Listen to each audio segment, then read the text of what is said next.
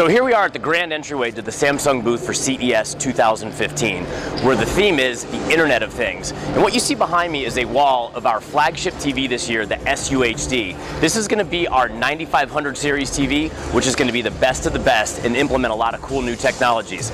So let's go on in and take a quick look.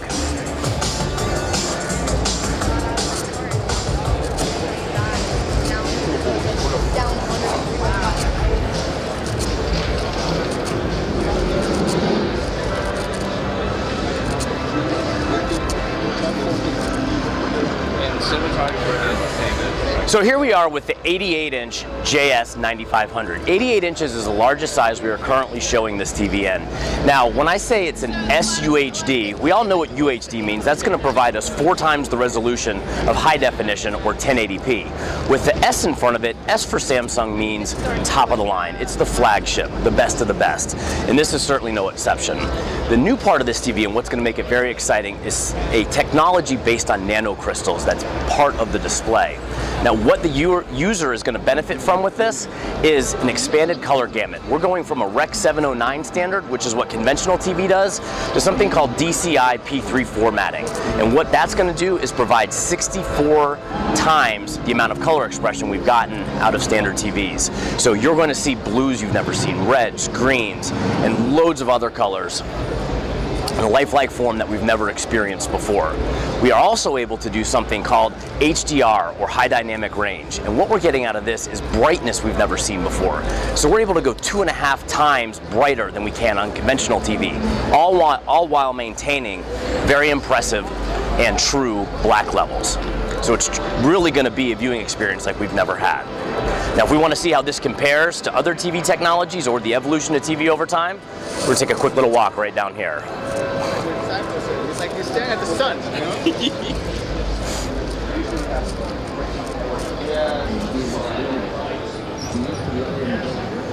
So let's step on up this way. 10 times deeper than black, so that means 10 times more than white. So Samsung's been the leader in TV technologies for years. We've done all of them very, very well. And you can see here all the different styles. You've got LED, which was known for brightness. You've got plasma, which was known for contrast, which is the discrepancy between black and white. Up here in the corner, you have OLED, which is known for its impressive black levels. On the bottom, wide color LED sort of speaks for itself, just the ability to produce a wider range of colors. And in the middle, we have an SUHD. Now you take all the best things that those 4 technologies were able to do, put them into one TV and make them even better, and that's what you get out of the SUHD.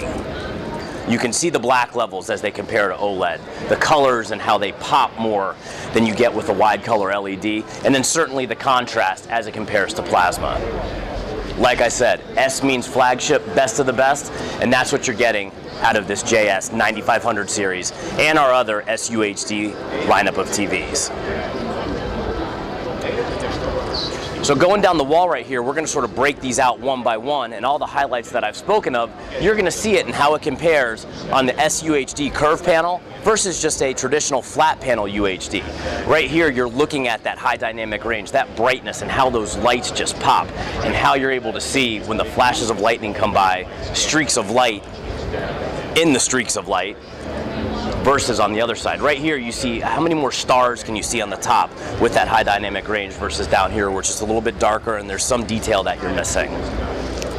The brightness really is impressive at 2.5 times conventional TV when we're talking about the SUHD lineup. And again, this is all based on a proprietary technology Samsung has developed called nanocrystal display. Moving on down, we'll take a look at the color comparison. And again, we're producing 64 times the amount of expression when it comes to color in an SUHD panel versus what we have with the traditional TV. And if we want to put that in terms of numbers, we're going from the production of roughly 16 to 17 million colors to over 1 billion colors that we're capable of producing with the DCI P3 formatting. All right, come on down this way. And lastly, right here, we're going to take a look at 2 different things. One being detail, and this is talking more about producing resolution. All right, so these are both UHD, which is going to have a resolution format of 3840 by 2160, but just how much more we're able to get in terms of detail using the nanocrystals and all the additional color and brightness that we're getting out of it. And then lastly right here, this is going to be comparing curved panel to flat panel. We introduced curved panel last year. And what the viewer can expect out of curved panel is what we call a more immersive viewing experience. It's going to be more theatrical, more like you're watching a movie. Your eyes are able to adapt more of what's happening around the screen. So you're not losing information on the left and right. You have a wider field of view, and everything really comes into play and looks more lifelike. Like I said, the best thing to do would be maybe over engineers. So let's take a look over here at something that's truly remarkable. This is a CES 2015 Best of Innovation Award winner. This is 105 inches of bendable SUHD. And when I say bendable, this is the TV where you have the person who can't decide whether they want to watch flat or curved. This is giving you the option to do both, because the TV can transform from a flat panel to a curved panel, all with the touch of a button. Another thing unique about this TV is it's also got a wider aspect ratio. It goes from 16:9, which is traditional, to a 21:9 panoramic view. Now we're able to play any content on this TV due to the panoramic stretch algorithm, which is going to take content, stretch it from the middle outwards, and what happens is the further you get out to the sides, the algorithm begins to taper off. So you're able to keep a uniform view across the entire field of the screen. You can see right there we're going back and forth, and this is literally one touch of a button that's giving us the flat to bendable, flat to curved option.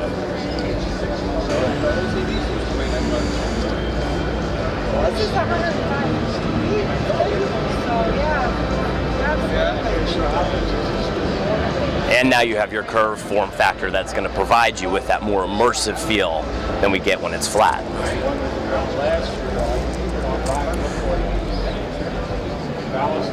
Truly customizing your viewing experience. So we're going to come on down this way, and we're going to talk about our new smart solution for 2015, which is going to be based on our new platform called Tizen. Follow me down here.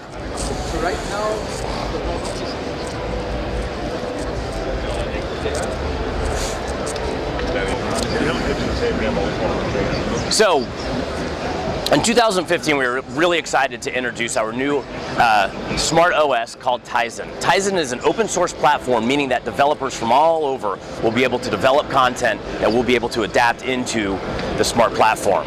And the user experience is really going to be expanded upon. There's going to be more choices than ever before in terms of content, in terms of entertainment, in terms of connecting devices, which we call convergence, where I can go from sharing content from my phone to my TV, from my TV back to my phone. It's gotten easier than ever before. We've been doing this for a while, and it's been a little bit of a process to get something from your TV to your phone. Now I can literally do it all with one click.